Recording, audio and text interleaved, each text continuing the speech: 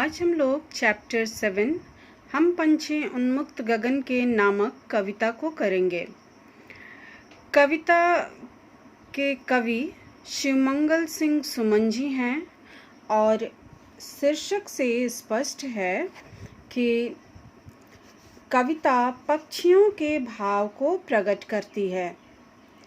अर्थात पक्षी खुले आकाश में खुश रहते हैं और इस कविता के माध्यम से कवि हमें यह भी बताते हैं कि सबों को अपनी स्वतंत्रता प्रिय होती है।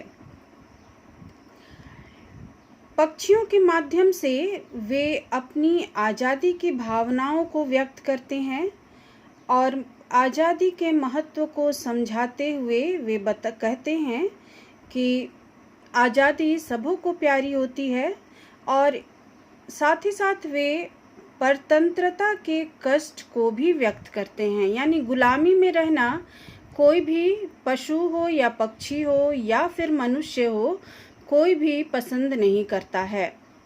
तो अब हम लोग कविता शुरू करेंगे। फर्स्ट पैराग्राफ हम लोग देखेंगे। हम पंछी उन्मुक्त गगन के पिंजरबद्ध ना गा पाएंगे, कनक तीलियों से टकराकर पुलकित पंख टूट जाएंगे।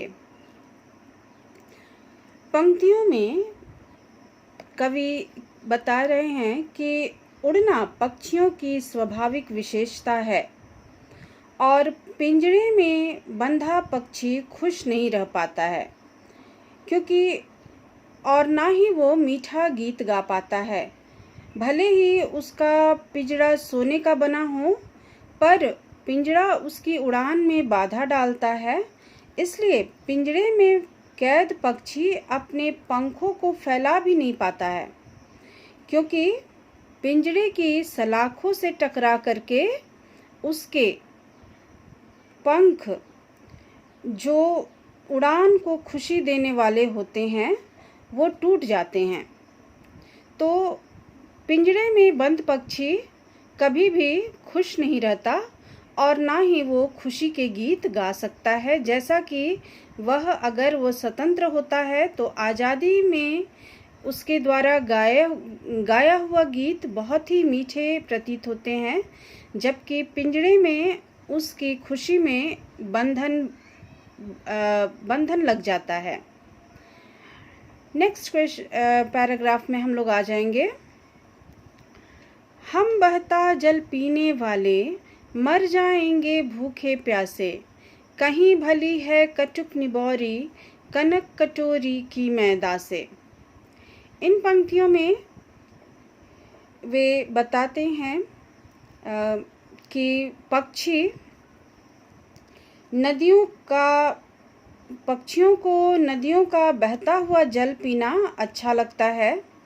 सोने के पिंजरे में पानी पीना उन्हें पसंद नहीं है और वे आज़ाद रहकर अपना भोजन ग्रहण करना चाहते हैं। कैद में भूखे प्यासे रहकर वे मर जाना पसंद करते हैं।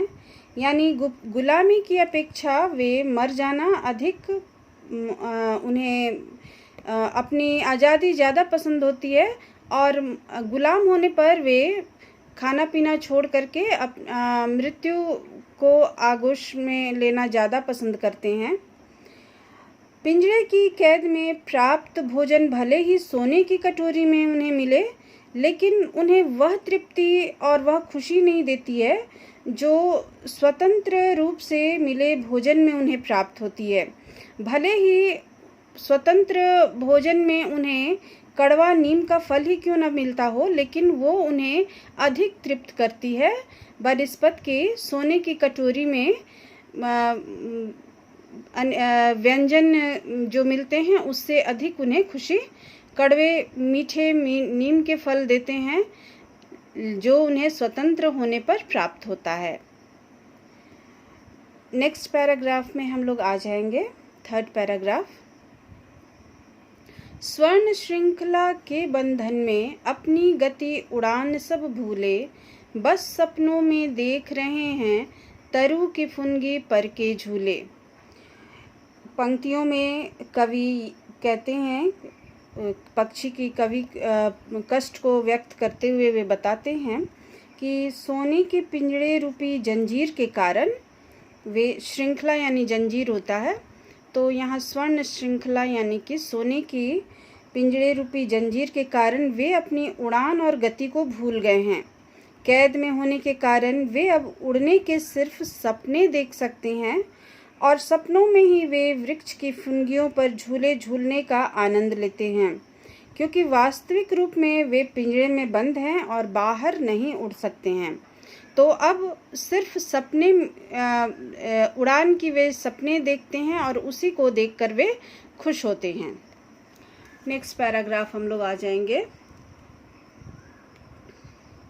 ऐसे थे अरमान के उड़ते नीले नभ की सीमा पाने, लाल किरण सी चोंच खोल चुगते तारक अनार के दाने। तो यहाँ पर अरमान यानी इच्छा, तो यहाँ पर वे पक्षियों की इच्छा के बारे में बताते हुए कहते हैं कवि कि पक्षियों की इच्छा खुले आकाश में उड़ने की होती है और उड़ते हुए वे आसमान की सीमा को छूना चाहते हैं। वे अपनी लाल किरणों के समान चोंच को खोलकर अनार के दाने रूपी आकाश के तारों को चुगना चाहते हैं, यानी वे आकाश में ऊंची उड़ान भरना चाहते हैं और तारों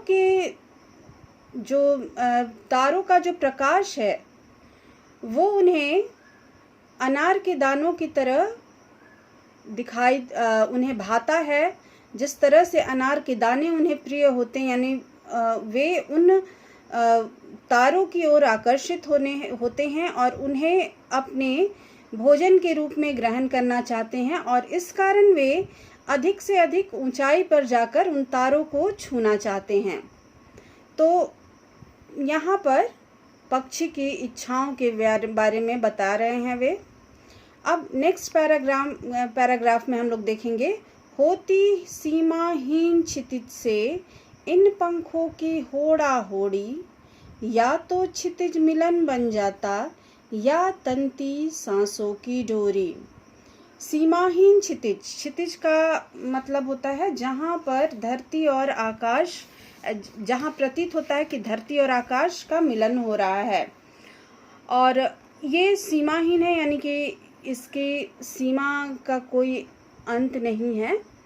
तो होड़ा होड़ी का मतलब हो जाता है कि प्रतियोगिता करना, और क्षितिज से मिलना ये पक्षियों का एक वे चाहते हैं कि ऊंची उड़ान भरें और क्षितिज के पास जाकर के क्षितिज से मिल पाएं।